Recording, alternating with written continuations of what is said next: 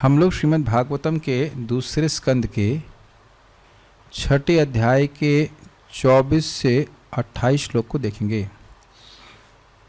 देखिए, आज शैली ये रहेगी कि एक साथ हम लोग 24 से लेकर 27 तक पढ़ेंगे, फिर उनको अलग अलग पढ़ेंगे प्रभुपाद जी के तात्पर्य के साथ, और फिर 28वां श्लोक पढ़ेंगे। और क्या आपने कल सुना था, ब्रह्मा जी नारद जी को बता रहे हैं, यदास्य नाभ्यां नलिनाद अहम आसम महात्मनः नाविदम यज्ञ संभारान पुरुषावयवान ऋते। यदा मतलब जब, अस्य महात्मना इन महात्मा अर्थात भगवान विष्णु के, नाभ्यान नलिनाथ नाभि कमल से, अहम आसम मैं जन्म लिया, ना अविदम मैं नहीं जाना कि यज्ञ संभारान पुरुष प्लस अवयवान ऋते, पुरुष के अवयवों यानी पुरुष यानी भगवान विष्णु के अंगों के अलावा मैंने कोई वस्तु नहीं जानी जिसके द्वारा मैं यज्ञ को आरंभ कर सकूं। यज्ञ की सामग्रियों को मैंने पुरुष के अंग के अलावा और किसी बाह्य वस्तु से ग्रहण नहीं किया। तो अब प्रश्न यह होगा कि क्या किया उसके बाद, तो वह अब ब्रह्मा जी उत्तर दे रहे हैं कि इन वस्तुओं से, भगवान के अंगों से ही मैंने यज्ञ के विभिन्न अवयवों को इकट्ठा किया और उससे भगवान की पूजा करी। ये बात बोल रहे हैं, समझ में आ गया। उन्होंने कहा कि भगवान के अंगों के अलावा मैंने कुछ नहीं देखा जिससे यज्ञ की सामग्री बनाई जाए। तो पूछे कि भाई आपने क्या किया उसके बाद, तो ने कहा कि सारी यज्ञ की सामग्री जो भी आवश्यक है वह मैंने भगवान के अंगों से ही बनाई।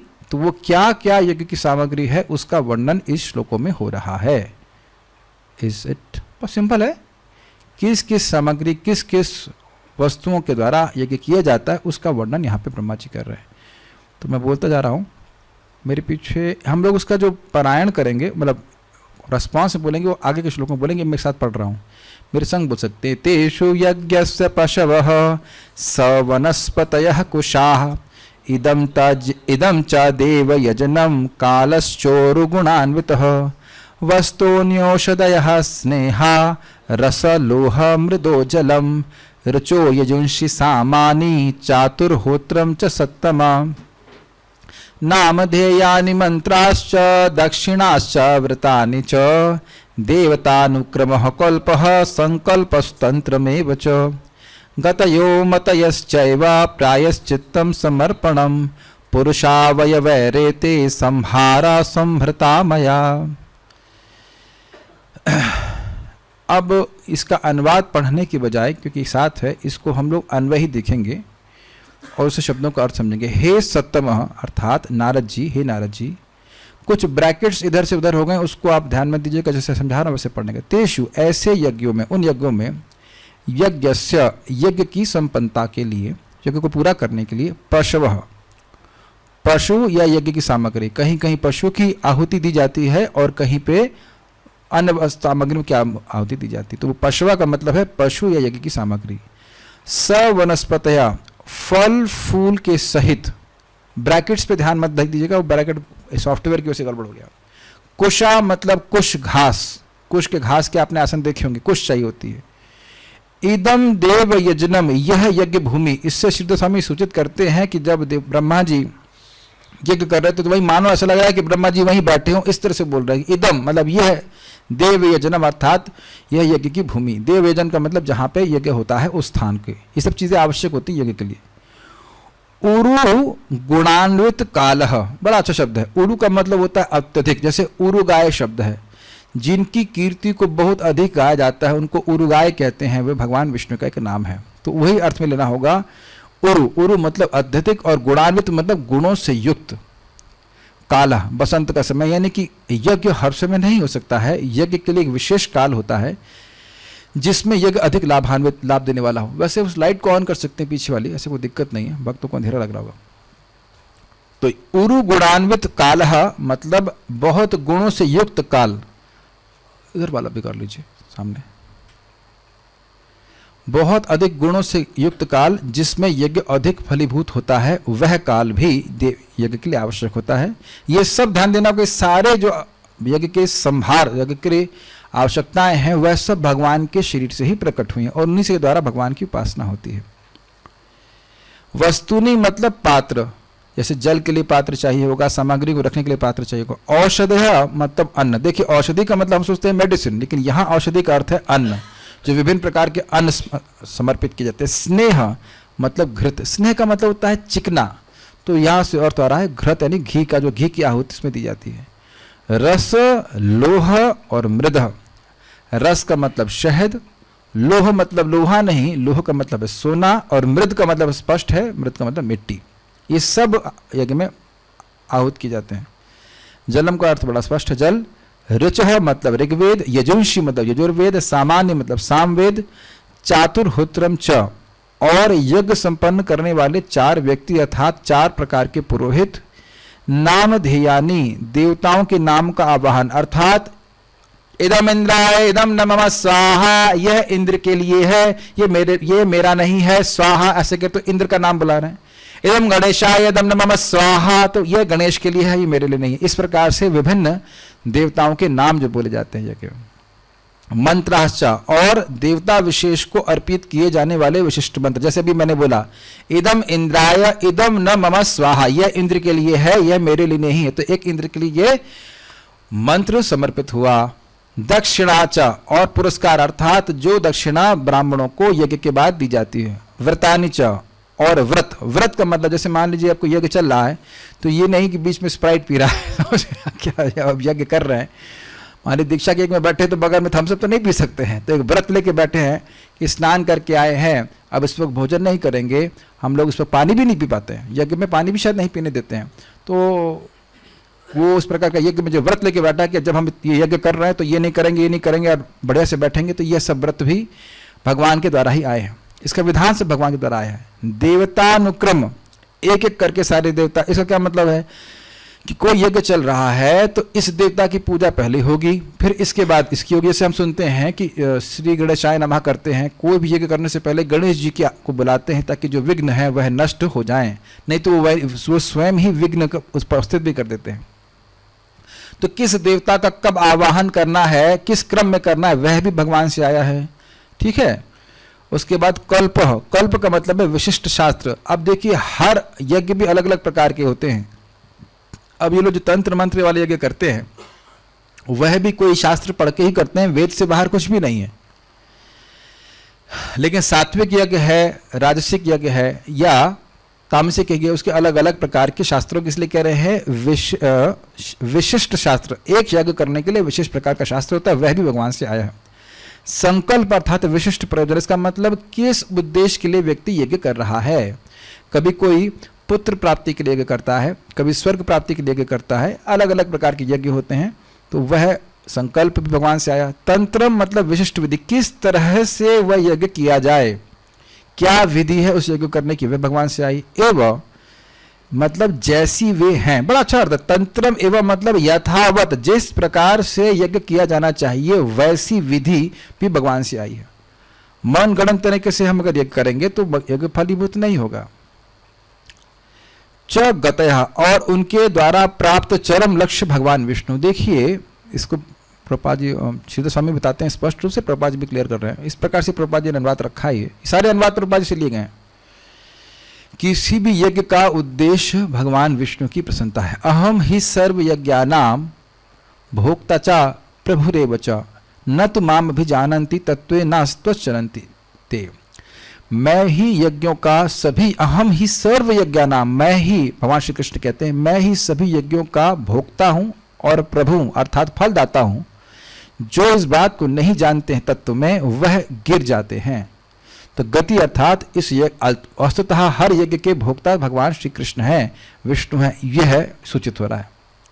मतयः मतलब देवताओं की पूजा। प्रायश्चित मतलब पश्चाताप। अब आप सोचेंगे, विचार करेंगे भाई यज्ञ में पश्चाताप क्या हो रहा है, यज्ञ करने का दुख हो रहा है क्या? नहीं, यज्ञ करते समय कोई त्रुटि हो सकती है तो उसके लिए प्रायश्चित किया जाता है कि हमसे कोई त्रुटि हो तो भगवान हमें क्षमा कीजिएगा, हुई ही होगी लेकिन हमें क्षमा कीजिएगा, ठीक है। समर्पण अंतिम रूप से भेंट भगवान को सब कुछ समर्पित हो।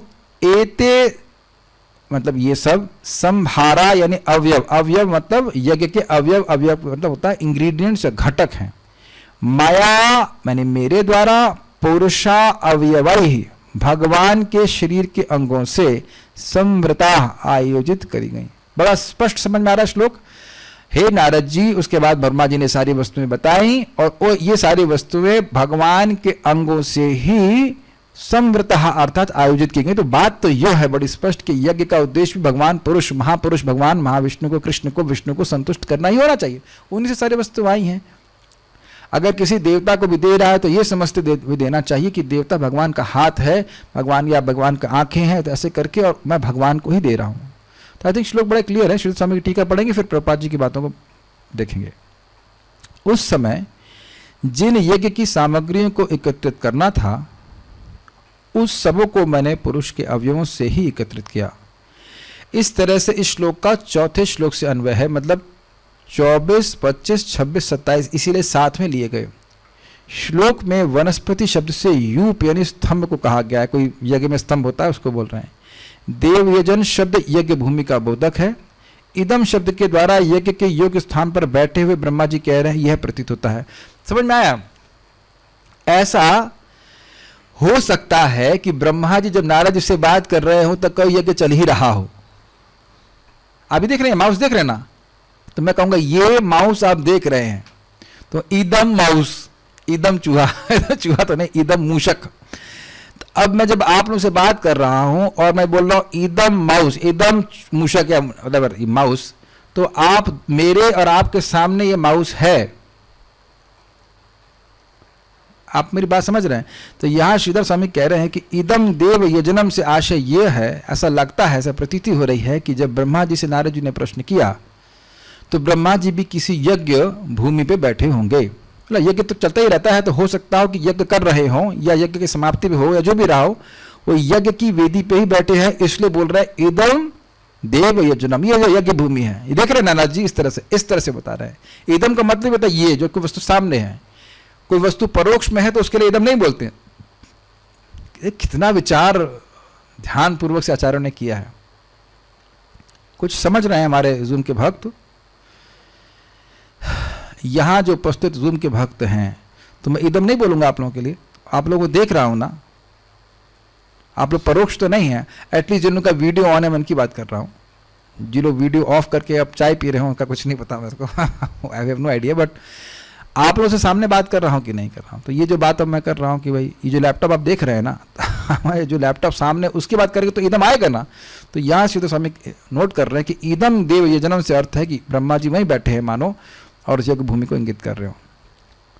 यज्ञ के योग्य वसंत ऋतु आदि काल को काल शब्द से कहा गया था। सुना था आपने, उरु गुणान्वित काल, बहुत अच्छा काल जिसमें यज्ञ किया जाए, वह भी भगवान से आए। वस्तु शब्द से पात्र इत्यादि को कहा गया है। धान आदि अन्नों को औषधि शब्द से कहा गया। देखा है आपने, वो उसमें हल्के हल्के बाल भी होते हैं, आपने देखा है? कुछ चावल सा होता है, उसमें हल्का हल्का सा रोए निकले रहते, उसको आहुति दी जाती है।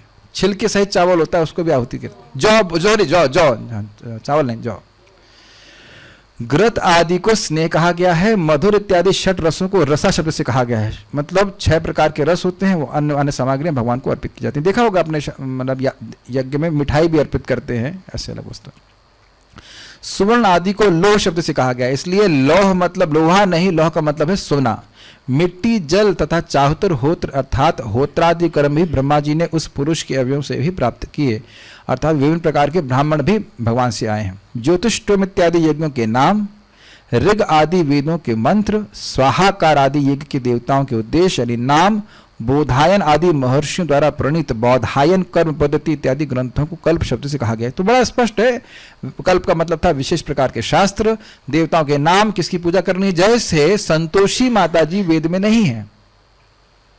संतोषी माता भगवान विष्णु के अंग से नहीं आई है, क्योंकि संतोषी माता है ही नहीं। समझ में आया? आप लोग आश्चर्य, कितने लोगों ने पूजा करी संतोषी माता की? एक माता जी ने करी है, आप लोगों ने नहीं करी, आपने भी करी है। तो संतोषी माता जी भगवान के अंग से नहीं आई है, क्योंकि संतोषी माता जी है ही नहीं। हाँ नहीं, दुर्गा जी को बात अलग बात है, लेकिन दुर्गा जी है सही। हाँ वो पिक्चर में वो पिक्चर का अवयव है, लेकिन भगवान विष्णु का अवयव है नहीं, क्योंकि संतोषी माता है ही नहीं। हाँ ये इसमें फल जरूर मिल जाता होगा, क्योंकि लोग उन्हें दुर्गा जी का स्वरूप मान रहे हैं, दुर्गा जी की पूजा कर रहे हैं तो ठीक है, लेकिन दुर्गा जी को संतोषी माता कहते हैं ये शास्त्र में वर्णन नहीं है। ये तो आप देख रहे हैं कि फिल्म वाले कुछ भी बोल देंगे और ऐसा नहीं कहीं भी धागा बांध देंगे तो काम बन जाएगा। ये हो सकता है कि उनका दुर्गा जी का स्वरूप मान करके दुर्गा जी की पूजा करें, दुर्गा जी तो फल देती हैं, कोई दिक्कत नहीं, वो तो भगवान आशीर्वाद दिए। दुर्गा जी का नाम स्वयं भगवान विष्णु कृष्ण दशम स्कंद में रखे हैं, दुर्गा चंडिका ऐसे ऐसे बहुत सारे नाम रखे। इस नाम में से तुम्हें जाना जाएगा, तुम्हारी पूजा की जाएगी और तुम बहुत जल्दी फल दोगी, तुम्हारा बहुत प्रसिद्धि होगी यदि तुम मेरा काम करती हो। ऐसा करके भगवान आशीर्वाद दिए, तो वो तो ठीक है। लेकिन ये संतोषी माता का व्रत अपने मन से कोई प्रेत को पूजे और कहे कि वो भगवान से आ गया, तो ये नहीं। तो जो भी देवताओं के नाम है वह भी भगवान से आए हैं, ठीक है। इससे मैं यज्ञ करूंगा इत्यादि रूप संकल्पों तथा अनुष्ठान के प्रकार, इन सबों को ब्रह्मा जी ने विराट पुरुष के अवयवों से ही प्राप्त किया। ये सब क्या है वो हमने पढ़ लिया, इसलिए मैं इधर पढ़ा नहीं रहा हूं। गति शब्द से यज्ञ के अंत में विष्णु क्रमोस्य अभिमता, विष्णु क्रमोस्य भीमतिहा, इस मंत्र से यजमान के द्वारा की जाने वाली गति विशेष को कहा गया। तो स्पष्ट समझ में आ रहा है कि विष्णु ही किसी यज्ञ की गति है। गति मतलब अंतिम प्राप्तव्य स्थान, जो आखिरी स्थान प्राप्त किया जाने वाला हो उसको। मति शब्द से देवताओं के ध्यान को, किस देवता को स्मरण करके मैं यज्ञ कर रहा हूं, गॉट इट। इंद्राय स्वाहा, इंद्र को स्मरण कर रहे हैं, फिर चंद्र का स्मरण कर रहे हैं या अन्य देवता का स्मरण कर रहे हैं, उसके अनुसार हमारी मति, हमारा मन कहाँ जा रहा है। तो मति मतलब किस देवता का ध्यान कर रहे हैं। सभी कर्मों को श्री भगवान को समर्पित करना, इन सबों को ब्रह्मा जी ने उस पुरुष के अवयवों से ही प्राप्त किया। तो ये मोटा मोटा आपको समझ में आ गया। अब हम एक श्लोक को बोलेंगे, मेरे पीछे बोलिएगा। आप कौन बोल पाएगा? कोई भी नहीं बोल पाएगा, तो ठीक है, मैं साथ में बोलिए। तेषु यज्ञस्य पशवः स वनस्पतयः कुशा इदं च देव यजनम कालश्चोरुगुणान्वितः। अनुवाद देखिए, यज्ञोत्सवों को संपन्न करने के लिए फूल, पत्ती, कुश जैसी यज्ञ सामग्रियों के साथ साथ यज्ञ वेदी तथा उपयुक्त समय यानी वसंत की भी आवश्यकता होती। प्रभुपाद ने तात्पर्य नहीं दिया, आगे बढ़ते हैं। वस्तुन्योषधयः स्नेहा रसलोह मृदो जलम रचो यजुंषि सामानी चातुर्होत्रम च सत्तमा। यज्ञ की अन्न आवश्यकता है, पात्र, अन्न, घी, शहद, सोना, मिट्टी, जल, ऋग्वेद, यजुर्वेद, सामवेद तथा यज्ञ संपन्न कराने वाले 4 पुरोहित। अब प्रभुपाद जी ने बड़ा सुंदर तात्पर्य दिया है। तात्पर्य तो प्रभुपाद सुंदर देते ही हैं। वो एक बात को हमें नोट कराना चाहते हैं कि देखिए, एक यज्ञ को करने के लिए कितनी सारी चीज़ों की आवश्यकता है, लेकिन हरे कृष्णा कृष्ण कृष्णा हरे हरे, हरे राम राम राम हरे हरे, इसको करने के लिए केवल जीव चाहिए, कान चाहिए और इच्छा चाहिए, श्रद्धा चाहिए। केवल 3 चीज़ों के द्वारा ये सबसे सर्वश्रेष्ठ यज्ञ संपादित हो जाता है। ये प्रभुपाद जी ने तात्पर्य में बताया है। यानी कि इन वस्तुओं को बहुत ज़्यादा समझ भी लें तो मिलेगा कहाँ। मान लीजिए आपने समझ लिया कि भाई स्नेह मतलब घी, लेकिन अब यज्ञ के लिए घी मिलेगा कहाँ। तो प्रभुपाद ने ऐसे तात्पर्य रखा है। यज्ञ को विधिवत संपन्न करने के लिए कम से कम 4 पटु पुरोहितों की आवश्यकता होती है। और हम अब ये कहेंगे, अगर कोई बुरा ना मान जाए, कि आजकल पुरोहित यज्ञ करने में पटु हो या ना हो, लेकिन आपकी जेब काटने में जरूर पटु होते हैं। विद ऑल ड्यू रेस्पेक्ट, लेकिन ब्राह्मण वस्तुतः धोखा देने में नहीं होता है प्रवृत्त। वो नहीं कि अधिक से अधिक हम दक्षिणा, ऐसे लालची नहीं होते। गलत हम नहीं कह रहे हैं, खुद ये भी मैं मां स्वीकार कर रहा हूं कि सबके सब ऐसा नहीं है। लेकिन एक बात बताइए, ब्रह्म जानाति थी ब्राह्मण, ठीक, कितने लोग ऐसे होंगे जो बहुत से ब्राह्मणों से मिले होंगे और वो बता दे कि आप आत्मा हो और आपको भजन करना चाहिए। आप लोग घर में किसी ना किसी ब्राह्मण से तो कभी ना कभी मिले ही होंगे, क्या कभी कोई बताया? अरे आप अपनी बात छोड़िए, अभी आप चातुर्य संघ में आएंगे ना, आप चकित हो जाएंगे। मैं मेरा निवेदन है कि भागवत छोड़ो, पढ़ते जाओ हमारे साथ साथ। वहां पे पूरे विश्व भर में इतने यज्ञ करे, क्या नाम था, प्राचीन वर्षत ने, कि पूरे विश्व में कुछ घास पट गई। कितने ब्राह्मण आए होंगे, उस जमाने की बात है, बताइए। ध्रुव महाराज के वंशज थे वो।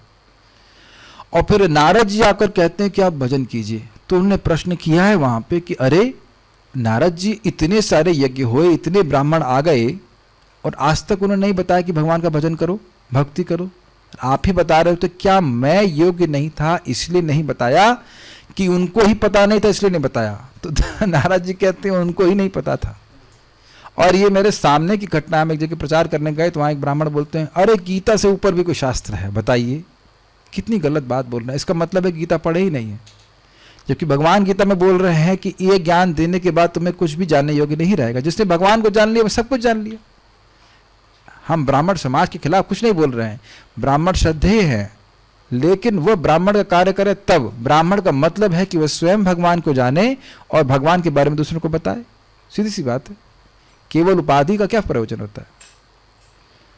तो पहले जो पुरोहित यज्ञ करते थे, जो वाकई वो चाहते थे कि यज्ञ की पूर्ति हो जाए, यज्ञ से उस यजमान को लाभ हो। ऑल दो मैं कैटेगरी में ब्लैंकेट स्टेटमेंट नहीं दे रहा कि सारे ब्राह्मण ऐसे हैं, लेकिन प्राय कलयुग में लोग इसी प्रकार से, ये मेरा शब्द नहीं है, भागवत का शब्द है। क्या था शब्द? सूत्र में वही एक श्लोक है, प्रभुपाद उसे कोट कर रहे थे कि केवल ब्राह्मण यानी जनेऊ पहन लेने से व्यक्ति सोचता है कि मैं ब्राह्मण हो गया, क्योंकि ब्राह्मण उचित कार्य नहीं कर रहा है। विप्रत्वम सूत्र में वही, ये शब्द है, विप्रत्वम सूत्र में ही। विप्रत्व ब्रह्मत्व आ गया कैसे? बस 2 पैसे का धागा पहन लिया और मुख में पान है। बताइए क्या ब्राह्मण पान खाते हैं? ब्राह्मण को पान खाना चाहिए। महाराज बड़ा कटाक्ष करते, कहते हैं पहले ब्राह्मण श्रुति यानी वेद साथ में लेके चलते थे और आज सुरती खाते हैं। और लोग कुछ कठिनाई भी अनुभव नहीं करते, शादी में बैठे वो सुरती खा रहे हैं या जो कुछ कर रहे हैं। बड़ा गलत है ये। यानी हम मौजूदा नहीं बोलना चाहते, लेकिन ये बात आ गई पटु शब्द से मुझे बोल देना चाहिए। तो नेगेटिव बोलने में कोई हमारी रुचि नहीं है, लेकिन जो लोग अच्छे हैं वो तो अच्छे हैं, लेकिन जो गलत हैं उनके लिए तो उनको स्वीकार करना पड़ेगा कि गलत हैं। ओके, आप लोग को आवाज़ आ रही है? सम नेट इशू इट सीम्स ना, चल तो रहा है। ओके, देखिए जब थोड़ा सा कुछ कठोर बात बोल दी जाती है, उसको खुले मन से स्वीकार करना पड़ेगा। मान लीजिए कोई इंजीनियर है और इंजीनियर का कार्य ही नहीं कर रहा है, तो फिर इंजीनियर किस बात का? डॉक्टर है, उसको इंजेक्शन ही लगाना नहीं आता, तो क्या मतलब है? ये बात है ना। आप डॉक्टर की जाति तो नहीं देखते हैं, ये देखते हैं ना कि वो इंजेक्शन लगा रहा है कि नहीं, दवा दे रहा है कि नहीं, और अब ठीक हो रहा है कि नहीं। ये बात ठीक है। एक आहुति करने वाला यानी होता, स्वाहा करने वाला, एक उच्चारण करने वाला यानी उद्गाता, एक अग्नि को पृथक अग्नि की सहायता के बिना जलाने वाला यानी अधर्व्यूह, तथा एक निरीक्षण करने वाला अर्थात ब्रह्मा। ये 4 प्रकार के ब्राह्मण होते हैं, वे भगवान से आए। नेक्स्ट, ऐसे यज्ञ प्रथम जीव ब्रह्मा के जन्म काल से ही होते आए हैं और महाराज युधिष्ठिर के शासन काल तक चलते रहे, किंतु आज के कलह तथा भ्रष्टाचार के युग में ऐसे पटु ब्राह्मण पुरोहित अत्यंत दुर्लभ है। अपने मन से बोल रहा था मैं। अब झगड़ा कर लेंगे, जिसको झगड़ा करना है अपने पास झगड़ा कर ले। अतएव इस युग में केवल भगवान के पवित्र नाम के कीर्तन यज्ञ की संस्तुति की गई है। मतलब विश्वास आदमी करके सोच रहा है कि हाँ भाई ये हो रहा है, हम पंडित जी को बुला के कुछ कर लेंगे, हो सकता है कि कुछ कर्मकांड का लाभ आपको मिल जाए, लेकिन मोक्ष प्राप्त नहीं हो पाएगा, भगवान के धाम की प्राप्ति नहीं हो पाएगी। शास्त्रों का आदेश है, हरेर नाम हरेर नामेव केवलम कलौ नास्तेव नास्तेव नास्तेव गतिरन्यथा। श्लोक का अर्थ तो बड़ा जानते ही होंगे कि हरि का नाम ही केवल कलयुग में एकमात्र गति है, नहीं है और कोई नहीं है, कोई और नहीं है। नहीं का मतलब समझ रहे? 3 बार क्यों बोला है? कर्म योग से नहीं होगा, नास्ति एव नहीं ही होगा, नास्ति एव ज्ञान योग से नहीं ही होगा, नास्ति एव और अष्टांग योग से भी नहीं होगा। ये 3 योग भगवत गीता में वर्णित है, लेकिन कह रहे कलयुग में यह चलने वाला नहीं होगा, भगवान के नाम के द्वारा ही होगा। आप ये देख रहे हैं कि विग्रह की सेवा या और किसी चीज पे बल नहीं दिया जा रहा भक्ति के, मुख्य रूप से बल है भगवान के नाम उच्चारण का। बिना भगवान के नाम उच्चारण की कोई गति नहीं है। तो आप कहेंगे फिर आप प्रवचन क्यों कर रहे हो? प्रवचन इसलिए कर रहे हैं ताकि हमारी जो श्रद्धा है वो और दृढ़ हो भगवान के नाम पे, क्योंकि ये बिना सुने कुछ हम लोग करने वाले नहीं, कुछ दिन बाद छप छोड़ छाड़ के खत्म हो जाएगा। यही बात है, ये इंपॉर्टेंट बात है। इसीलिए जो लोग भी हमसे थोड़ा सा सीख रहे हैं, तो आप जानते हैं कि इस मामले में बहुत ज़्यादा बार बार बल लेके बोलता हूँ कि आपका माला सुबह अच्छे से कर लीजिए, उससे अधिक महत्वपूर्ण कुछ नहीं है, उससे सबसे अधिक प्रगति होती है। ये श्रवण, ये मैं नहीं बोल रहा हूँ, ये 2.1.11 भागवत में जीव गोस्वामी जी स्पष्ट करें हैं।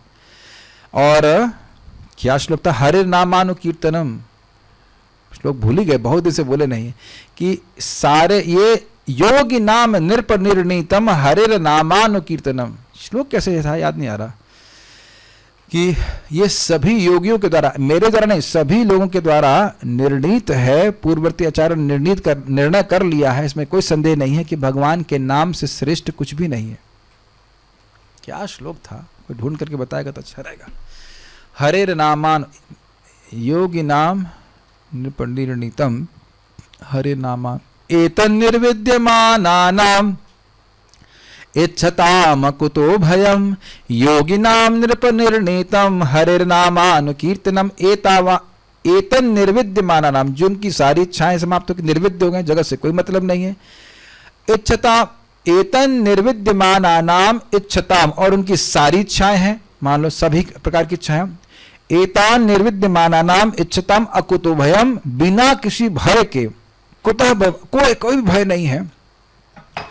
योगी नाम, जो भगवान के भक्त है, नृप निर्णीतम, हे राजन यह निर्णीत है कि सर्वश्रेष्ठ उपाय है हरेर नामानुकीर्तनम, भगवान के नामों का बारंबार कीर्तन किया जाए।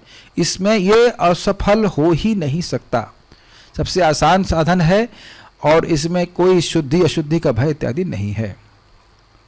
तो प्रभुपाद यहाँ पॉइंट बोल रहे हैं कि यज्ञों को जान लेने के बाद भी हम में इस समय यज्ञ संपादित कर नहीं सकते हैं, तो एकमात्र यज्ञ है भगवान के नाम का उच्चारण करना। ठीक है, अगला देखते हैं। नामधेयानि मंत्राश्च दक्षिणाश्च व्रतानि च देवतानुक्रमः कल्प संकल्पस्तंत्रमेव च। यज्ञ की अन्य आवश्यकताओं में देवताओं का विभिन्न नामों से विशिष्ट मंत्रों तथा दक्षिणाओं के व्रतों द्वारा आवाहन सम्मिलित है। ये आवाहन विशिष्ट प्रयोजनों से तथा विशिष्ट विधियों द्वारा विशेष शास्त्र के अनुसार होना चाहिए। तात्पर्य, यज्ञ करने की पूरी विधि सकाम कर्म के अंतर्गत आती है, अर्थात वह कर्म जो किसी भोग की इच्छा से किया जाता है, और ऐसे कार्यकलाप अत्यंत वैज्ञानिक होते हैं। इनमें विशेष स्वर के साथ शब्दोच्चारण करना होता है, जैसे ओम सहना भवतु सहनौ भुनक्तौ। आवाज आ रही है आप लोगों को? ओके। सहवीर्यन, क्या था? ओम सहना भवतु सहनौ भुनक्तौ। सह, क्या था आगे?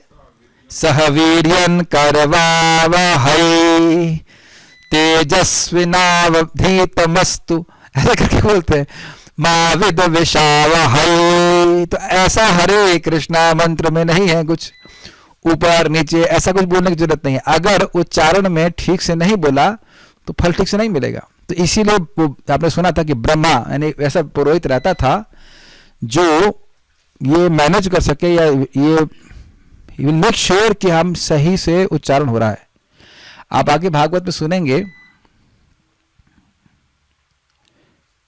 ये वृत्तासुर को उत्पन्न करने के लिए त्वार्ष्ट यज्ञ कर रहे थे विश्वरूप के पिताजी। तो इंद्र हा, थोड़ा लंबा बोल दिया, तो इंद्र हा का मतलब इंद्र को मारने वाला, और इंद्र हा ऐसा कुछ मैं लिखा है, थोड़ा सा लंबा खींच दिया तो उसका मतलब हुआ कि इंद्र जिसका दुश्मन है वो इंद्र के दुश्मन नहीं होंगे। हाँ, इंद्र द्वारा मारे जाने वाले या इंद्र जिनके दुश्मन हो, वो इंद्र के दुश्मन नहीं थे। थोड़ा बोलने में चेंज किया तो अर्थ अलग हो गया, और उसका द्वारा वृत्तासुर उत्पन्न हुए, असुर भी उत्पन्न हुए, लेकिन वह इंद्र के दुश्मन नहीं थे, इंद्र उनके दुश्मन थे। ये सब है, तो इसलिए घबराना नहीं चाहिए। लेकिन हमारे इसमें नहीं कि हरे कृष्णा। अब मान लीजिए देखेंगे रशियन लोग क्या बोलते हैं, कृष्णा उड़िया लोग बोलते हैं कृष्णा, कृष्णा बोलते हैं, इधर बंगाल में कृष्णा बोलते हैं, कहीं कहीं लोग कृष्णो बोलते हैं, रामो बोल देते हैं, लेकिन अब भगवान स्वीकार कर लेते हैं। अब लाइट जाने वाली है तो बीच में थोड़ा अंतराय आ गई। ओके, तो हर, या फिर अब कुछ चाइनीज लोग हले रामा बोलते हैं और रा नहीं उनकी में, हले रामा बोल देते हैं, वो मुख से निकलता ही नहीं है।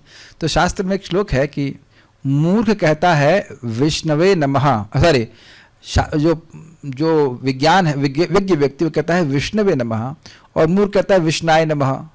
जैसे रामाय नमः तो उसे कहते हैं रामाय नमः की तरह कहता है, अच्छा विष्णु भी ऐसे बोलेंगे विष्णाय नमः। लेकिन भावग्राही जनार्दन, भगवान दोनों को स्वीकार करते हैं, क्योंकि भगवान जानते हैं कि मेरा नाम पुकार रहा है, कैसे भी नाम पुकार रहा है, तो भगवान की भक्ति में सब दिक्कत नहीं है। लेकिन बात वैज्ञानिक बर्बाद कर रहे हैं कि ये विज्ञान है, इसको सूक्ष्म विज्ञान को आजकल वैज्ञानिक लोग जानते नहीं है कि कैसे शब्दों के चरण के द्वारा विभिन्न प्रकार के फल प्राप्त होते हैं। यह एक महान विज्ञान है, किंतु 4000 वर्षों से काम में न लाए जाने तथा योग्य ब्राह्मणों के अभाव के कारण ऐसे कृत्य अब प्रभावपूर्ण नहीं रह गए हैं। ये समझ में आया है?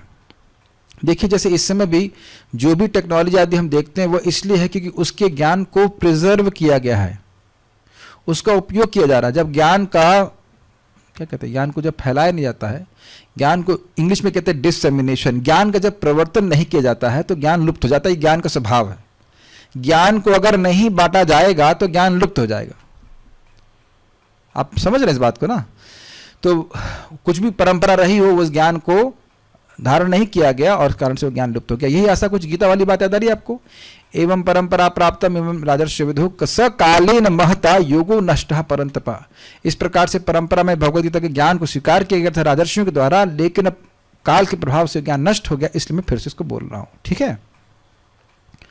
न ही इस पतित काल में इनकी संस्तुति की जाती है कि ये विज्ञान तो है लेकिन कलयुग में चलने वाला नहीं है। इस युग में प्रदर्शन के रूप में किए जाने वाला ऐसा यज्ञ चालाक, देखिए, चालाक पुरोहितों द्वारा मात्र ठगी का कार्य है। आप प्लीज हमारे में कोई दोष में देखिए, प्रभुपाद जी देखिए स्पष्ट बोल रहे हैं, ये एक ब्राह्मण का, एक भक्त का कार्य है कि वह पर्दाफाश करे जो लोग झूठ कर बता रहे हैं। लोग सोचते रहते हैं ये हो जाएगा वो हो जाएगा, कुछ कार्य करता ही नहीं है, कल्याण होता ही नहीं है, वो केवल पैसे खर्च होते हैं बस व्यक्ति के। हमें एक व्यक्ति बता रहे थे, उनका कुछ 2-4-5 करोड़ का नुकसान हो गया, तो कह रहे थे 15-20 लाख तो पंडित जी में, 15 लाख बता रहे थे, 15 लाख ही बता रहे थे, पंडित जियों की दक्षिणा में खर्च हो गया। कुछ नहीं हुआ उनका, कुछ भी नहीं हुआ। देखिए, ये मेरे सामने वास्तविक घटना है। मैं एक अच्छे ज्योतिष को जानता था, मतलब अब तो नहीं, पता नहीं कहाँ है वो, काफ़ी बातें उनकी सत्य रहती थी, लेकिन अब उनने एक मेरे मित्र को कहा कि उसका 1% से नहीं रह जाता था हमेशा। तो कहा तुम्हारा काल सर्प योग है, कुछ होता होगा। तो बड़ा दुखी था, तो क्या करें? तो कह रहे 21,000 रुपये का यज्ञ कराओ। थोड़ा सोच पड़ गया। हमने कुछ मत करिए, आप 4 माला जप कीजिए। और 4 माला जप करने लगा और वही जॉब लगा जहां जाता है। अब कहाँ गया काल सर्प योग, जरा बताइए। आप बताओ ना वैज्ञानिक, उसने कोई यज्ञ नहीं किया, ठीक, और काल सर्प योग उसको सफल होने देना नहीं चाह रहा था। वॉटेवर जो भी, हमको पता नहीं इसके बारे में क्या होता है, लेकिन इसने बताया जो इतना बता रहा है। तो कैसे पार हुआ ये बताइए, पार कैसे हुआ ये बताइए, आप बताइए। भगवान से, नाम से बड़ा पुण्य कुछ है ही नहीं। वो नाम से ही भगवान ने कहा, क्योंकि आप पहले ही सुन चुके हैं, ये हम लोग सुन चुके हैं कि व्यक्ति, इसी श्लोक में शायद सुने थे, एता निर्विद्यमाना नाम विचताम कुतो भयम में, यही इसी पे सुने थे कि जैसे कोई वस्तु कर्म कांड में व्यक्ति अर्पित करता है कुछ भोग वस्तु प्राप्त करने के लिए, नाम भी भोग वासना से कर सकता है। आपको याद, इसमें बोला गया इच्छताम का मतलब क्या? कुछ इच्छा है, तुमको बच्चा चाहिए, तुमको नौकरी चाहिए, तुमको जो भी कुछ चाहिए, नाम करोगे तो नाम चिंतामणि है, सब अच्छा पूर्ण देगा। देखिए, सबसे अच्छा है कि निष्काम भावना से भक्ति की जाए, लेकिन सकाम भावना से भी भक्ति ही की जाए, क्योंकि भक्ति जितना दे सकती है उतना कुछ नहीं दे सकता कोई। मेरी बात आप समझ रहे हैं? तो इस बाबा के पास, उस बाबा के पास जाने की बजाय कि हमें ये प्राप्त हो जाएगा, वो प्राप्त हो जाएगा, भगवान पे आश्रय लीजिए, भगवान की भक्ति कीजिए, नामोच्चारण कीजिए, देखिए जीवन में सफलता प्राप्त हो जाएगी। भगवान नाम जाप करने वाले को बहुत मानते हैं, तो भगवान के सामने रखिए। मैं आपको सच बता रहा हूँ, मेरे व्यक्ति आज हम गौशाला में थे, बहुत पैसे देके गए डोनेशन गौशाला में, तो वो रोडपति हो गए थे, बिल्कुल कुछ नहीं था। हम बता रहे, हमने कहा आप इतना पैसा कहाँ से दे रहे हैं? तो कह रहे देखिए इस्कॉन हैदराबाद से वो कनेक्टेड हैं। तो कहे मैं वहाँ पे राधा मदन मोहन जी हैं, तो वहाँ उनके पास गया और उन्होंने कहा कि मेरा पैसा वापस कर दीजिए। वो पहले पैसे रहोगे, फिर ऐसी हालत ख़राब है कि बिल्कुल रोड पे आ गया। तो मैं रोड पे आ गया, तो कुछ भी नहीं था मेरे पास, मुझे पैसा दे दीजिए। अब वो इतने पैसे वाले हो गए कि मानो चलता फिरता बैंक, वो देते रहते हैं गौशालाओं को, इधर उधर देते आदि। तो अब बताइए, आप कहेंगे चलो वो कल से हम लोग इस्कॉन हैदराबाद के भगवान को पूछते हैं, वॉटेवर। अरे भगवान तो सेम ही है, चाहे कृष्ण बलराम हो, चाहे राधा मदन मोहन, चाहे कुछ भी हो, लक्ष्मीपति हैं। आप लोग लिख लीजिए कि क्या क्या इच्छाएं हैं, और मैं बोल रहा हूँ जिसकी कोई उनको इच्छा है, और फिर जब करिए उसका ऊपर ये है, और फिर ना पूरा हो तो क्या देख लिया। ऐसा हो नहीं सकता है। लेकिन मजेदार बात क्या है कि नाम उच्चारण करने वाले को अंत में बुद्धि भी आ जाती है कि ये भौतिक इच्छाओं से क्या फायदा होगा, ठीक है। लेकिन अगर है इच्छा और नहीं जा रही है तो पूछा वो कर लेना चाहिए। नाम से बड़ा बंधन काटने वाला कुछ भी नहीं है, ठीक है। तो 2 उदाहरण मैंने आपको दिए। बाकी मतलब कोई अगर ऐसे करना तो फ्री में पूजा करो ना। कठिनाई ये चाहते हैं कि पंडित जी करते रहे, हमें कुछ नहीं करना पड़ना, यही बात है लोग। अतएव यज्ञों का ऐसा दिखावा कभी भी प्रभावशाली नहीं हो सकता। अब पता नहीं जोधपुर में बारिश हो रही कि नहीं हो रही। हमने देखा था 1008 कुंडीय यज्ञ हो रहा है। अब पता नहीं जोधपुर में बारिश हुई क्या उसके बाद। 2008 में गए थे, पता नहीं, हमें लगता है जोधपुर अभी भी वैसे सूखा होगा।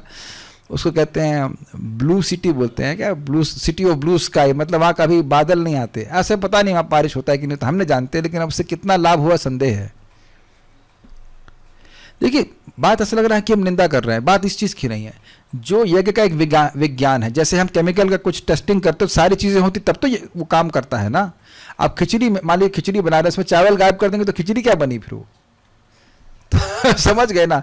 अब यज्ञ आहुति दे रहे हैं, घी ले रहे हैं, वो 110 रुपये किलो वाला। हम गलत तो नहीं बोल रहे हैं ना, सबसे सस्ता वाला घी खाना था ना, यज्ञ में अर्पित करना है। तो श्रद्धा है कि देवता को दिया जा रहा है।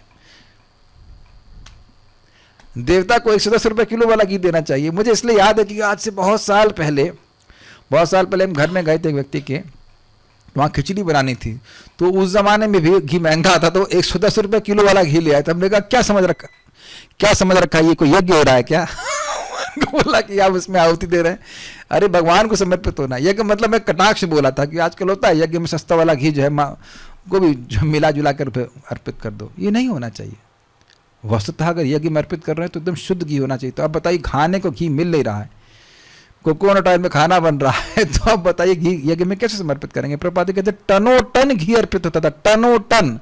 अब आजकल तो सूंघने के लिए घी नहीं मिल रहा है ना। हाँ कुछ नहीं कर सकते। और ये सोचिए फिर वो याद रखिए कितना मजेदार श्लोक है, हमको वो श्लोक रोज याद रहता है। गोकोटि दानम ग्रहणे खगस्या प्रयाग गंगोदक कल्पवासा यज्ञायुतम मेरु सुवर्ण दानम गोविंद कीर्तिर्न समम शतांसी। करोड़ों करोड़ों गायों को दान देने से सूर्य ग्रहण के समय, ये श्लोक तो दिमाग में घुसा लेना चाहिए। और क्या था, प्रयागराज में कल्प तक ब्रह्मा जी के 1 दिन तक निवास कीजिए, कमाइए पुण्य। और उसके बाद हजारों हजारों यज्ञ में मेरु पर्वत के समान स्वर्ण दान कर लीजिए ब्राह्मण को, उचित पक्के ब्राह्मण को, वो पान चबाने वाले नहीं। तो भी एक बार हरि बोला है तो इस सारा पुण्य उसके 100वां अंश के बराबर नहीं है। हरे कृष्णा कृष्ण कृष्णा हरे हरे, हरे राम राम राम हरे हरे। इसीलिए हमने अब डांटना बंद कर दिया है। सुबह आओ, सो रहे हो कोई बात नहीं, एक बार हरि बोला हरे कृष्णा, उसका पूरा सो गए तो भी कम से कम उसने खूब यज्ञ कर लिया, डांटने की जरूरत नहीं है। इसलिए डांटता नहीं मैं, चलो भाई उठे तो सही, कम से कम माला पकड़ी तो सही। आप लोगों को पता नहीं उत्साह होता है कि नहीं होता। हम तो ये श्लोक सुनकर खूब उत्साह से नाम जप करते हैं। अब टेस्ट मिले या ना मिले, कम से कम अकाउंट में पुण्य तो जा ही रहा है ना। तो क्यों इस ठगी का हमें शिकार होना है। सकाम कर्म भौतिक विज्ञान द्वारा और कुछ हद तक स्थूल भौतिक सहायता द्वारा संपन्न किए जाते हैं, किंतु भौतिकतावादी लोग शब्दोच्चारण की विधि में सूक्ष्मतर प्रगति चाहते हैं, जिस पर वैदिक मंत्रों की स्थापना हुई। ये कुछ समझ में आया क्या बोला प्रभुपाद जी ने। देखिए जैसे मान लो उड़ने की सिद्धि की बात करें तो वो हवाजा से पूर्व प्राप्त हो गई है। अब यहां से जैसे मान लीजिए, देखिए ये विदुर जी विदुर जी नहीं, संजय लाइव टेलीकास्ट कर रहे थे। भगवत गीता का प्रवचन लाइव टेलीकास्ट है कि नहीं? तो वह सिद्धि से प्राप्त हुआ था, लेकिन हम लोग अब जूम के द्वारा कर ले रहे हैं। तो कुछ कुछ हो गया है, लेकिन कह रहे हैं कि ये जो सूक्ष्म विधि है इसके बारे में भी साइंटिस्ट को नहीं पता है। स्थूल भौतिक विज्ञान मानव जीवन के वास्तविक उद्देश्य को नहीं बदल सकता। हाँ, वे जीवन की समस्याओं को हल किए बिना कृत्रिम आवश्यकताओं में वृद्धि अवश्य कर सकते हैं। बहुत अच्छी बात प्रपात बोले, ध्यान सुनिएगा। फलतः भौतिकतावादी जीवन शैली त्रुटिपूर्ण मानव सभ्यता की ओर ले जाती। इसका क्या मतलब है? This is brilliant. देखिए, मानव शरीर के द्वारा हम लोग अपनी जो मूल समस्याएं हैं, जन्म, मृत्यु, जरा और व्याधि, इसका हम समाधान कर सकते हैं अगर भगवान की भक्ति करें, सीधी बात। लेकिन इसको कोई वैज्ञानिक एड्रेस नहीं कर रहा ना, इसका कोई सोल्यूशन उनके पास नहीं है, और इससे बात घुमाने के लिए वो और कोई बात करते हैं। कभी आप लोगों का ऐसा अनुभव हुआ है क्या कि हम किसी से बात कर रहे हैं और वो आपकी बात को टालने के लिए कुछ और बात करने का प्रयास करता है? ऐसा हुआ है? कुछ लोग बड़े चतुर होते हैं, वो आपकी बात का जवाब नहीं देना चाहते हैं तो कुछ और बात करना चाहते हैं ताकि वो मुख्य बात से हट जाए बात। समझ गए ना? इसी प्रकार से इस समस्या को एकदम आंख बंद करके व्यक्ति रखा हुआ है। जैसे कि छोटे बच्चे किसी खतरे को देखते हैं तो आंख बंद कर लेते, तो आंख बंद कर लेने से खतरा नहीं चला जाता है। तो मृत्यु का खतरा सबके ऊपर है और हर समय है। अब किस विज्ञानी के पास ये सोल्यूशन है इसका? कुछ नहीं है। आए और वह प्रलोभन देकर के, या प्रलोभन नहीं, अब विश्वास आश्वासन देकर के खुद ही मर गए, लेकिन मृत्यु का कोई समाधान नहीं है। और भागवत देखिए, भगवान की वार्ता में लगने मात्र से व्यक्ति मृत्यु से मुक्त हो जाता है, नाम उच्चारण करने से, भगवान की भक्ति करने से मुक्त हो जाता है। इसकी तो हवा ही दुनिया में लोगों को नहीं है कि ये समाधान है। तो इसीलिए कह रहे हैं कि मानव सभ्यता को त्रुटिपूर्ण दिशा की ओर ले जा रही है। क्यों? त्रुटि क्या है? जो मूल समाधान हो सकता है मानव जीवन की तरफ, वह नहीं करके और बाकी सारे कार्य कर रहा है। आप विचार कीजिए कि हम लोग को जीने के लिए या सोने के लिए 3x6 का स्पेस चाहिए, चलो बहुत होगा, थोड़ा सा रूम चाहिए, 8x10 का जो भी कह लीजिए। कभी कभी किसी के मन में आ सकता है हम तो बड़े छोटे रूम में रह रहे हैं, हमारे 2 ही रूम हैं, तुम साथ में कितने रूम लेके जाओगे? एक भी नहीं। और आए तो बहुत छोटे रूम में थे ना माँ का गर्भ तो बहुत छोटा रूम होता है ना, वहाँ तो हिलने का भी स्कोप नहीं होता है कि वहाँ पे भाई 1 BHK 2 BHK स्टूडियो मिला था, वहीं जो खाना पक के आ जाता था, जो खा लेते थे। बताइए, आए तो छोटे रूम में है कि नहीं, और मरेंगे तो वो बेड लकड़ी का होगा तो बीच में गद्दा लगाओ, ये करो वो करो, गद्दा इस्तेमाल कर सकते, कोई दिक्कत नहीं। लेकिन फालतू का वैभव इकट्ठा करने का क्या प्रयोजन? और मूल बात तो सॉल्व ही नहीं हो रही। एक सीधी बात सोचिए आप, सीधी बात। आप तो अस्पताल में शायद सेवा करते हैं, अस्पताल में आया मान लो टाइफाइड के ट्रीटमेंट के लिए, सारी दवा दी, टाइफाइड की दवा नहीं दी, तो ये क्या भाई? आप यहाँ ब्रज हेल्थ में जाएंगे तो पूछेंगे तुम्हारी क्या बीमारी है, किस लिए आए हो, तो उसकी दवा देंगे ना। और एक बड़ी रुचिकर बात है, मान लो कोई अस्पताल में भर्ती हुआ है तो वहीं रहने के लिए वहीं घर बना ले, बड़ा उसका सीधी बात है, वहां भी खाने को मिलता है, बाथरूम जाता है, सब कुछ करता है, लेकिन वहां के लोगों को अपना परिवार का नहीं मानता है। अरे कितनी सुंदर नर्स है कि नहीं, इससे प्रेम करूंगा मैं, या ये डॉक्टर साहब आ गए, वो आपको सुई ठोकने के लिए आए हैं। उससे कब से जल्दी हम डिस्चार्ज हों, अपने घर वापस आए, इस उद्देश्य से अस्पताल में जाया जाता है। उसी प्रकार से जगत भी अस्पताल है जहाँ पे सुइयां लग रही हैं, परेशानियां हो रही हैं, ताकि हम समझें कि भैया ये हमारा स्थान नहीं है।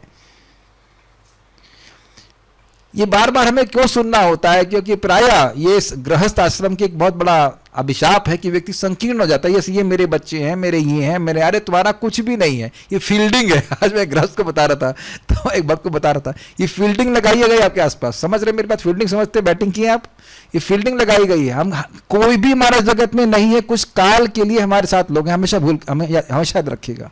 हमको इस काल के पार जाना है, कुछ समय बाद जो भी हमारे साथ थे सब गायब हो जाएंगे, कहाँ जाएंगे पता भी नहीं चलेगा। तो कभी भी नेग्लेक्ट नहीं करना इस बात को चाहिए, हम इस पे फोकस करना इस बात पे, क्योंकि यही आजकल के सब तरफ, आप बताइए न्यूज़ हो, कहीं पे भी कोई नहीं बोल रहा है कि तुमको मृत्यु के पार जाना है।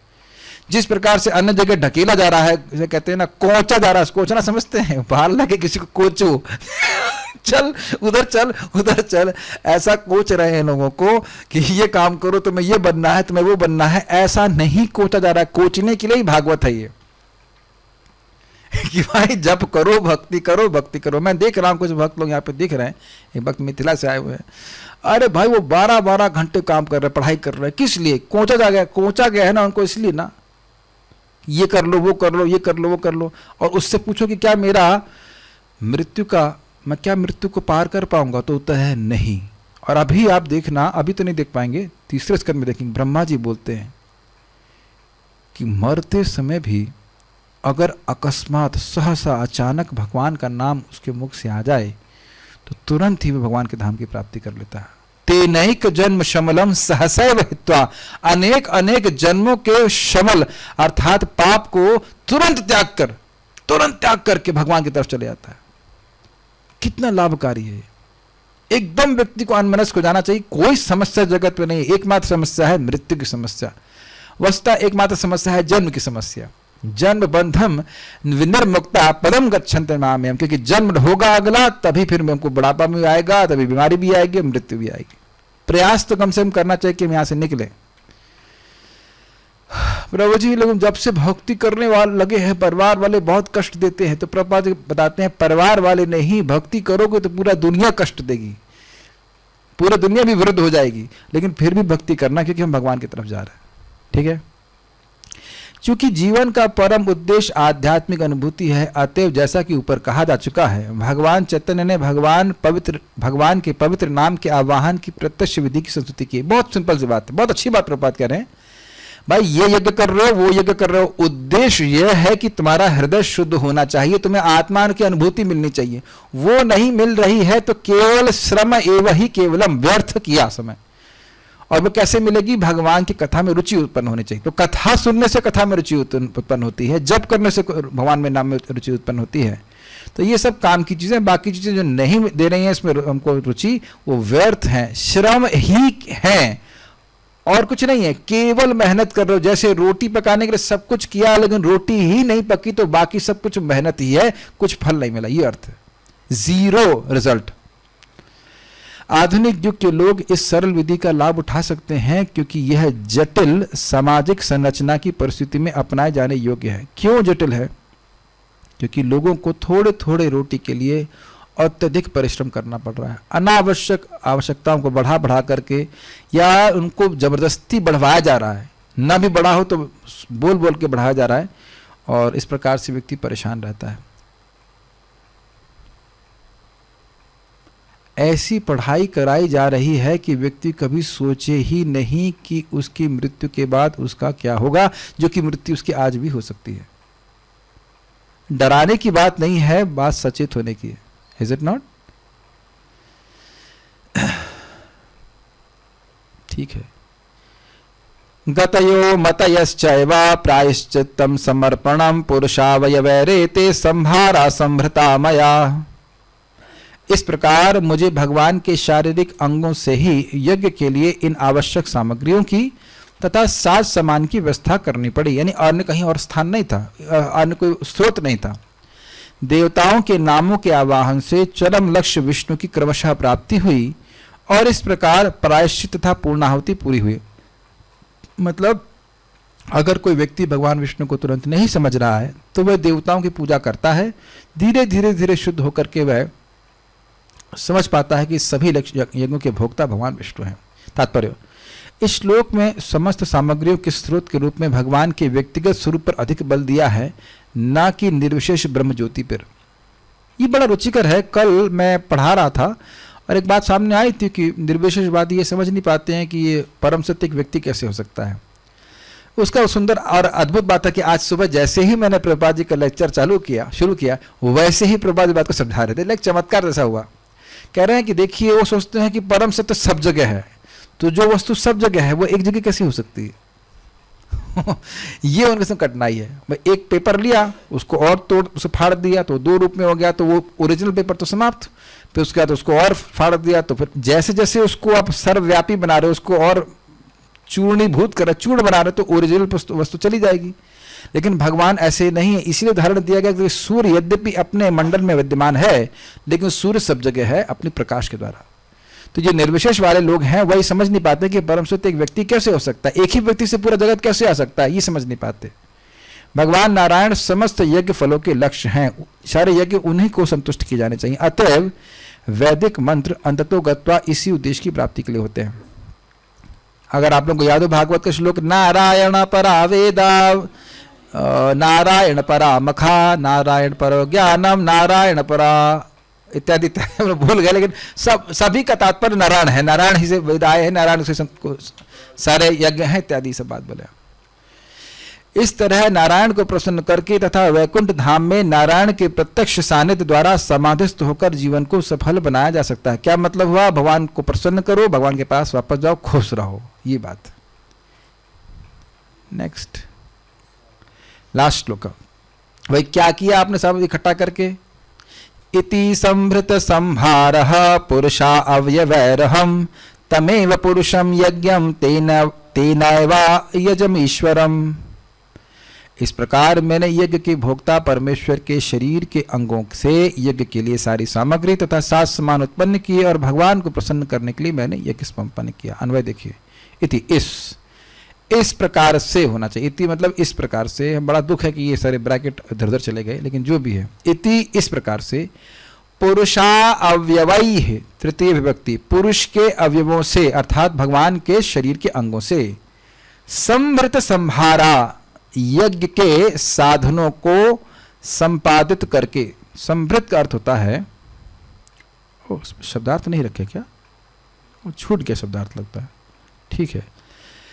संभृत मतलब यज्ञ की साधनों को, और संभारा मतलब संयोजित करके, इकट्ठा करके।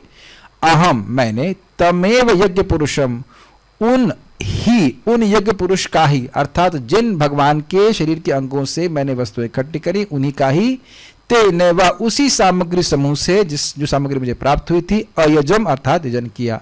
तो आप वो कल वाली बात को याद रखना कि हम भगवान के अंगों से ही भगवान की वस्तुएं प्राप्त होती हैं, उसी से भगवान का यजन करते, अलग से कोई वस्तु नहीं लाते। तात्पर्य, सामान्य लोग सदैव मनः शांति या विश्व शांति के लिए चिंतित रहते हैं, किंतु वे ये नहीं जान पाते कि विश्व शांति का ऐसा कोई मानक किस तरह प्राप्त किया जाए। ऐसी विश्व शांति यज्ञ तथा तप द्वारा प्राप्त की जा सकती है। भगवद गीता में निम्नलिखित सूत्र दिया गया है, भोक्ताराम यज्ञ तपसाम सर्वलोक महेश्वरम सुहृदम सर्वभूतानाम ज्ञात्वा माम शांति मृच्छति। कर्मयोगी जानते हैं कि परमेश्वर समस्त यज्ञों के तथा स्वयं जीवन के असली भोक्ता तथा पालक हैं। वे यह भी जानते हैं कि भगवान समस्त लोकों के परम स्वामी हैं तथा समस्त जीवों के वास्तविक मित्र हैं। ऐसा ज्ञान अनन्य भक्तों की संगति के माध्यम से कर्मयोगी को भगवान धीरे धीरे शुद्ध भक्त बना देते हैं और इस तरह वे भवबंधन से मुक्त होने में समर्थ होते हैं।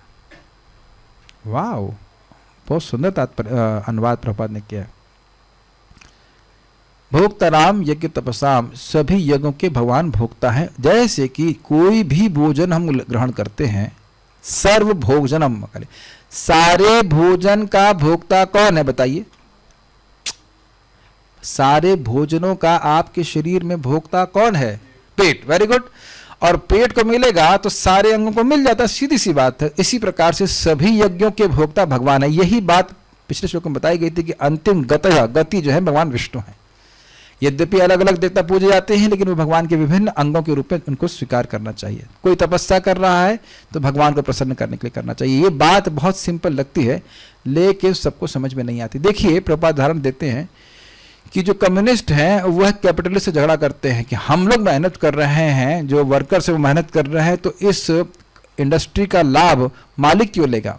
और मालिक कहता है मैंने पैसा लगाया है तो ये लाभ वर्कर क्यों लेंगे, इसलिए आपस में झगड़ा करते हैं। लेकिन यदृच्छ लाभ संतुष्ट, उसकी व्याख्या करते हुए भगवान भगवद गीता में कहते हैं, प्रभुपाद जी कहते हैं कि देखिए, भक्त इस प्रकार के झगड़े में नहीं पड़ता है, वह अपने कर्म के द्वारा भगवान को संतुष्ट करना चाहता है। जैसे सीधी सीधी बात है, हाथ कहे कि मैं भोगता हूं, आंख कहे नहीं मैं भोगता हूं, आपस में झगड़ करके मर जाएंगे। लेकिन सब लोग संयुक्त होकर के पेट को भोजन देंगे तो सबको संतुष्टि मिल जाएगी। ये बात है सीधी। तो ये कम्युनिज्म हो चाहे सोशलिज्म चाहे कोई भी इज्म हो, सब गलत है। कृष्णाइज्म ही ठीक है। कृष्ण की सेवा करके सभी सुखी हो जाएंगे। आप लोग ऐसा अनुभव करते हैं कि झगड़ा करने की प्रवृत्ति कुछ कम हो गई है भक्ति करने से?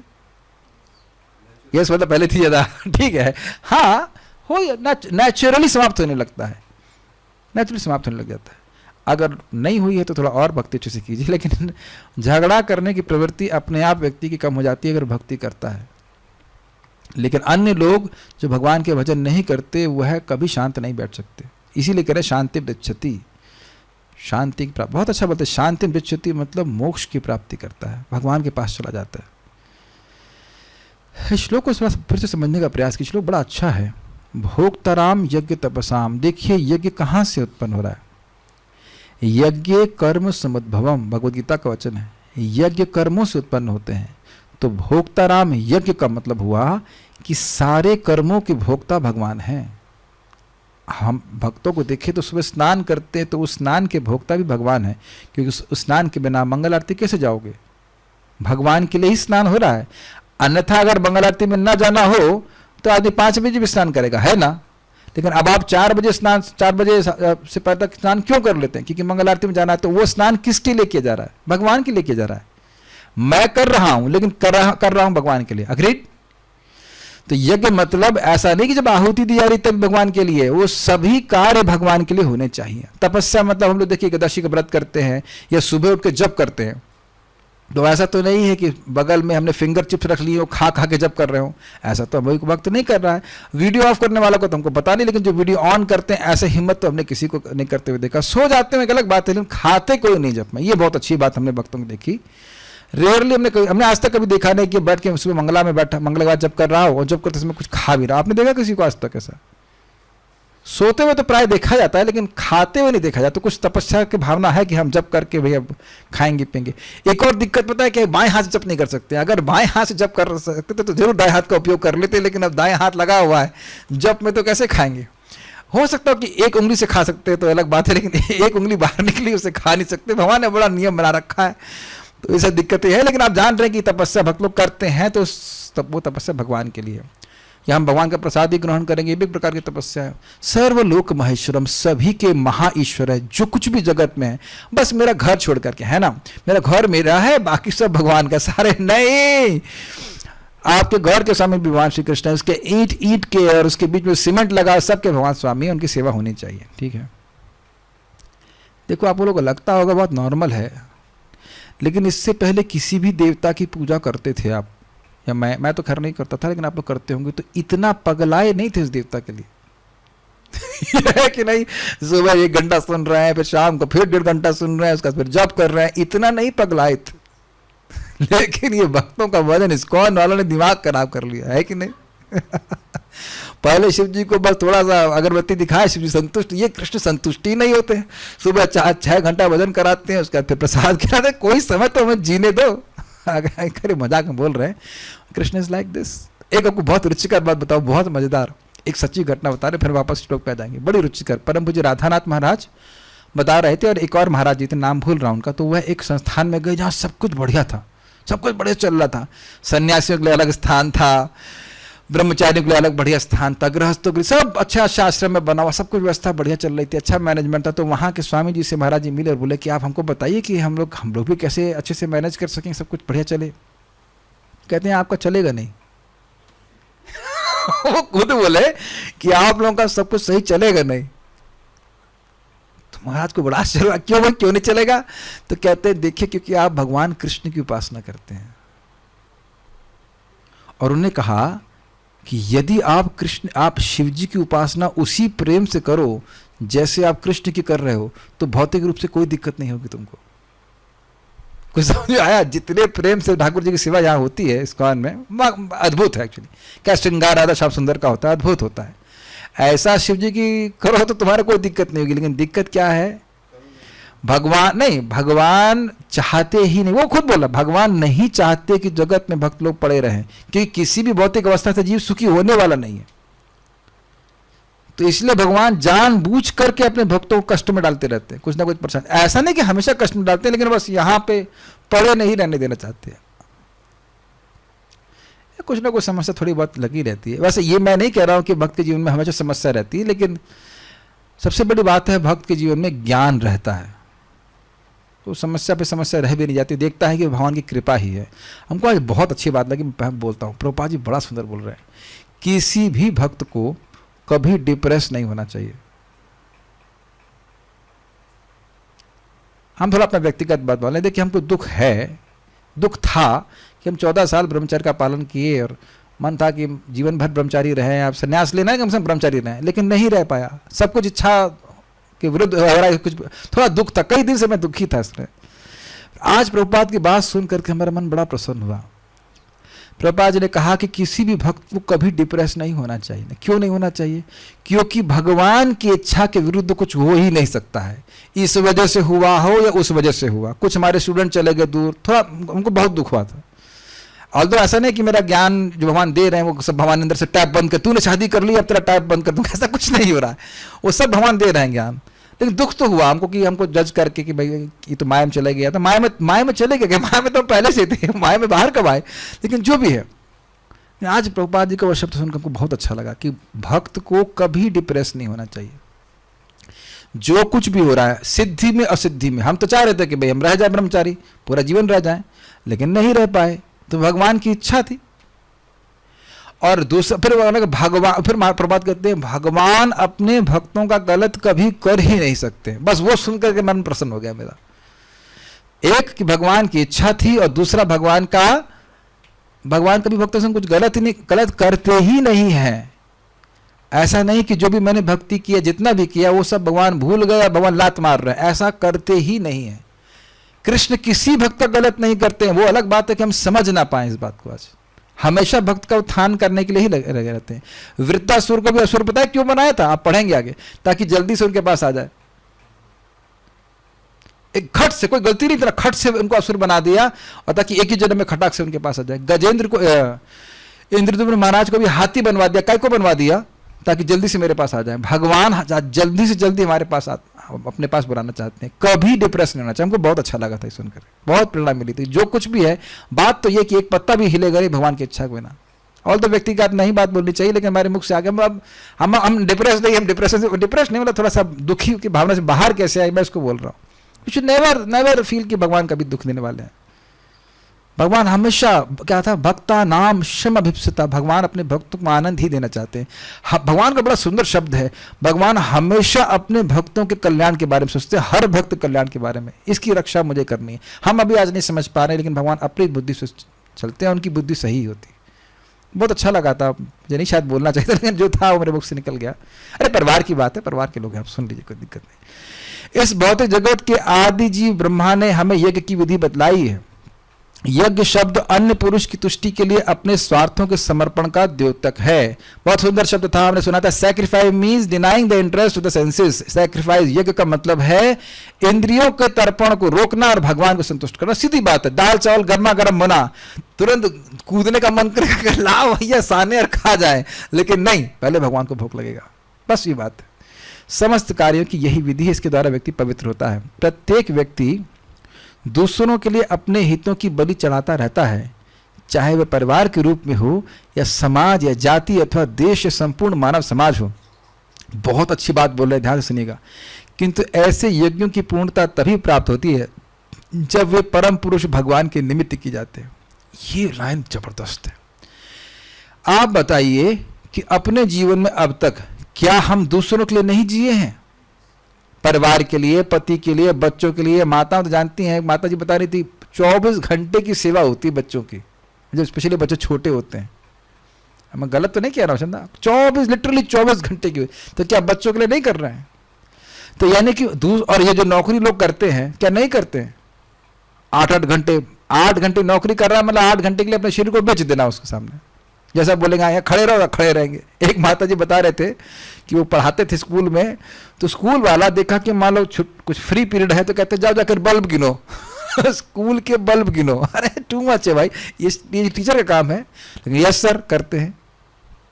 तो क्यों, जब हम दूसरों को, जैसे महाराज हमारे बता रहे थे, परम पूज्य राधानाथ महाराज की, आप एयर होस्टेस है, वो बड़ा मुस्कुरा के बोलती, सर क्या लेंगे आप? अब ऐसा नहीं कि वो आपकी प्रेमिका है, उसको ऐसा मुस्कुराने के लिए पैसे मिलते हैं, लेकिन वो कर आपकी प्रसन्नता के लिए रही है। है कि नहीं?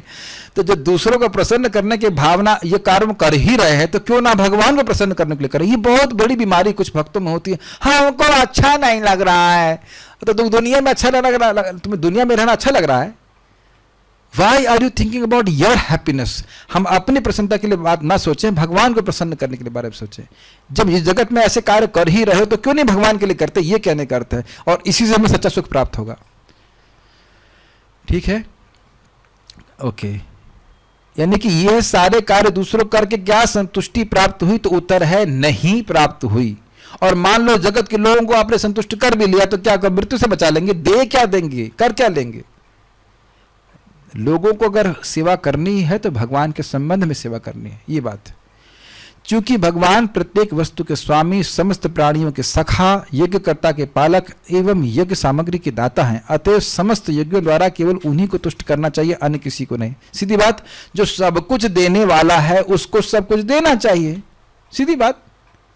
ठीक, सारा संसार विद्या, सामाजिक उत्थान, आर्थिक विकास तथा मानव दशा को पूर्णतः सुधारने की योजनाओं को सम्मिलित बनाने में अपनी शक्ति की आहुति करने में लगा है, किंतु कोई भी व्यक्ति भगवान के निमित्त यज्ञ करने में रुचि नहीं रखता, जिसका उपदेश भगवद गीता में किया गया। अतएव संसार में शांति नहीं है। ये समझ में आ गया? हर बार 5 साल का प्लान बनता है डेवलपमेंट का, लेकिन कोई डेवलपमेंट नहीं होता, क्योंकि भगवान केंद्र में नहीं है। प्रभुपाद बड़ा सुंदर उदाहरण देते हैं, तुम लोग कहते हो यूनाइटेड नेशन, तो अगर आप लोग यूनाइटेड है तो एक झंडा होना चाहिए, और आप लोग के तो झंडे बढ़ रहे हैं, तो अब डिसयूनाइटेड नेशन है कि नहीं? और आप देख लीजिए रशिया और ये जितने सारे लोग थे, ये सब लोग पहले एक ही साथ में यूएन में थे, और अब देखिए आपस में झगड़ा शुरू कर दिया कि नहीं? जब तक कृष्ण केंद्र में नहीं होंगे कहीं शांति नहीं हो सकती। ऐसा तो है नहीं कि हम सब लोग गुस्से में बैठे हों और सामूहिक रूप से शांति हो जाए। अगर व्यक्तिगत रूप से हम लोग गुस्सा कर रहे हैं तो सामूहिक रूप से भी तो मारामारी करेंगे, सिंपल सी बात। अगर व्यक्तिगत रूप से शांत हैं तो फिर हल्ला कर सकते हैं साथ में आके। कीर्तन में हल्ला एक अलग बात है, लेकिन झगड़ा तो नहीं कर सकते ना। मान लो सुमुख प्रभु भी शांत हैं, लादनी माता जी भी शांत हैं, मैं भी शांत हूं, हम सब शांति से बैठे हुए हैं, और फिर बाहर से कोई कहेगा कि झगड़ा हो रहा है, क्यों? सब लोग शांत बैठे हैं इसलिए। ऐसा होता है क्या? समझ में आ गया? और उल्टा सब लोग खूब गर्म हो जा रहे हैं और कहें हाँ सब लोग सब शांत बैठे हैं। अरे कैसे सब लोग शांत बैठे हैं? जब इंडिविजुअली शांत होंगे तब कलेक्टिवली शांत हो जाएंगे। यदि सारे लोग सचमुच विश्व शांति चाहते हैं तो उन्हें परम स्वामी तथा सबों के सखा के निमित्त यज्ञ संपन्न करना चाहिए। यज्ञ क्या है?